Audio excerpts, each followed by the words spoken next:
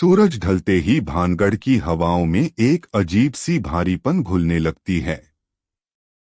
अरावली की पहाड़ियों के बीच बसा यह किला दिन में जितना ऐतिहासिक और भव्य दिखता है, रात के सन्नाटे में उतना ही भयावह और शापित लगने लगता है। स्थानीय लोग आज भी कहते हैं कि सूर्यास्त के बाद जो कोई भी इस किले की चारदीवारी के भीतर कदम रखता है, वह कभी वापस नहीं लौटता। आर्यन एक स्वतंत्र खोजी पत्रकार था, जिसे ऐसी कहानियों में कोई दिलचस्पी नहीं थी। उसने हमेशा से इसे अंधविश्वास और पर्यटकों को आकर्षित करने वाला एक जरिया माना था। अपने कैमरे और टॉर्च को साथ लेकर वह उस दिन किले के मुख्य द्वार के सामने खड़ा था। गेट पर भारतीय पुरातत्व सर्वेक्षण का वह बोर्ड लगा था, जिस पर साफ लिखा था कि सूर्योदय से पहले और सूर्यास्त के बाद यहां प्रवेश वर्जित है। आर्यन ने एक व्यंग्यात्मक मुस्कान के साथ अपनी घड़ी देखी। शाम के 7 बज रहे थे। उसने अपने बैग से एक लंबी रस्सी निकाली और दीवार के उस हिस्से की ओर बढ़ा जहां से अंदर कूदा जा सकता था।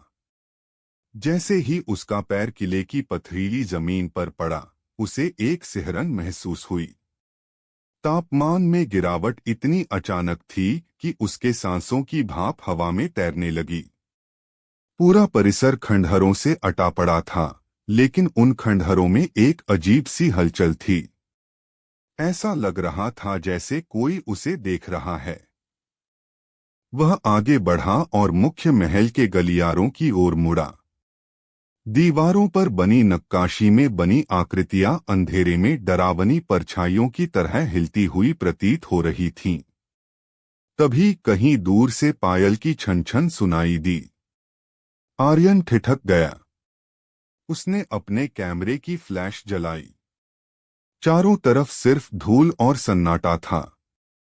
वह फिर आगे बढ़ा, लेकिन इस बार आवाज और करीब थी। उसे लगा जैसे कोई उसके पीछे चल रहा है।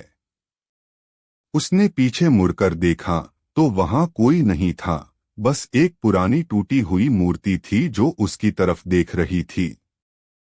अचानक उसके कैमरे का डिस्प्ले झपझपाने लगा और फिर पूरी तरह काला हो गया। सन्नाटे को चीरती हुई एक धीमी, कराहती हुई आवाज गूंजी जो किसी स्त्री के रोने जैसी थी। वह आवाज महल के तहखाने की ओर से आ रही थी। आर्यन का दिल जोर जोर से धड़कने लगा। उसने अपनी टॉर्च उस दिशा में घुमाई तो दीवार पर उसे अपनी परछाई के अलावा एक और परछाई दिखाई दी, एक ऐसी आकृति जो इंसानी नहीं थी, लंबी, टेढ़ी मेढ़ी और घनी अंधेरी। वह उल्टे पैर वापस भागने के लिए मुड़ा, लेकिन गलियारे का दरवाजा, जो खुला था, वह अपने आप एक जोरदार आवाज के साथ बंद हो गया। किले की ठंडी हवा अब एक ठंडी पकड़ की तरह उसके गले पर महसूस हो रही थी। भानगढ़ का रहस्य अब सिर्फ एक कहानी नहीं थी, वह हकीकत बन चुकी थी, और वह हकीकत आर्यन का शिकार करने के लिए तैयार थी। सूरज की आखिरी किरण भानगढ़ के किले की दीवारों पर एक लाल जख्म की तरह चमककर खत्म हो गई थी। मैं और मेरा दोस्त रोहन उन पुरानी खंडार हो चुकी इमरेटन के बीच खड़े थे, जहां सन्नाटा इतना गहरा था कि हमें अपनी सांसें भी शोर की तरह सुनाई दे रही थी।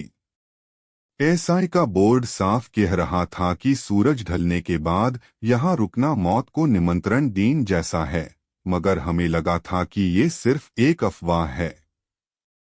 अंधेरा बढ़ते ही हवा में एक अजीब सी सिलन और सदाशा गंध घुलने लगी।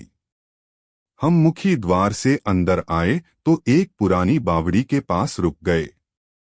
रोहन ने अपनी टॉर्च जलाई, लेकिन टॉर्च की रोशनी उस घने अंधेरे को चीर नहीं पा रही थी। अचानक हमें ऊपर की मंजिलों से किसी के चलने की आहट आई। पहले लगा शायद कोई जानवर होगा, लेकिन एफआईआर वो आवाज एक ताल में बादल गई। ऐसा लग रहा था जैसे कोई भरी घुंघरू पहनकर पठार की जमीन पर ताल दे रहा हो। मैंने रोहन का हाथ जोर से पकड़ लिया। उसने मुझे इशारे से चुप रहने को कहा। हम दोनों एक पिलर के पीछे चिप गए। तभी मेरे कानून में एक औरत की सिसकियां गूंजी। वो आवाज इतनी करीब थी कि ऐसा लगा जैसे कोई मेरे बिल्कुल पीछे खड़े हो। मैंने धीरे से पीछे मुड़कर देखा तो वहां कोई नहीं था, लेकिन मेरे गले पर एक बर्फ जैसी ठंडी सांस महसूस हुई। तभी रोहन की चीख निकली। उसने उंगली से सामने वाले खंभे की तरफ इशारा किया। वहां एक परछाई थी, एक लंबी, सूखी और झूरीदार औरत की परछाई जो दीवार के आर पार हो रही थी। उसकी आंखों में आग जैसी चमक थी। वो धीरे धीरे हमारी तरफ बढ़ रही थी और उसके पैर जमीन पर नहीं टिक रहे थे। हमने भगने की कोशिश की, लेकिन हमारे कदम जैसे वहां जम गए थे। हवा में एक औरत की चीख गूंजी जो इतनी भयानक थी कि मेरे कान से खून निकलने लगा। मैं वहां से भागना चाहता था, लेकिन तभी मुझे लगा कि कोई मेरे कंधे पर अपना ठंडा, हड्डी जैसा हाथ रखकर मुझे पीछे खींच रहा है। मैंने पलटकर देखा तो वही परछाई मेरे बिल्कुल करीब थी। उसने अपना चेहरा मेरे कान के पास लाकर एक कांपकपटी आवाज में कहा, तुम यहां से कभी वापस नहीं जाओगे। हमारे चरण तरफ का मौसम एकदम से बदल गया। बारिश की बूंदें नहीं, बल्कि खून की छींटे हमारे कपड़ों पर गिरने लगे। मैंने देखा कि जहां हम खड़े थे, वहां जमीन के नीचे से हजारों हाथ बाहर निकल रहे थे, जो हमें नीचे खींचने की कोशिश कर रहे थे। भानगढ़ ने अपना रहस्य खोल दिया था, और अब हम उस रहस्य का हिस्सा बनने वेल्द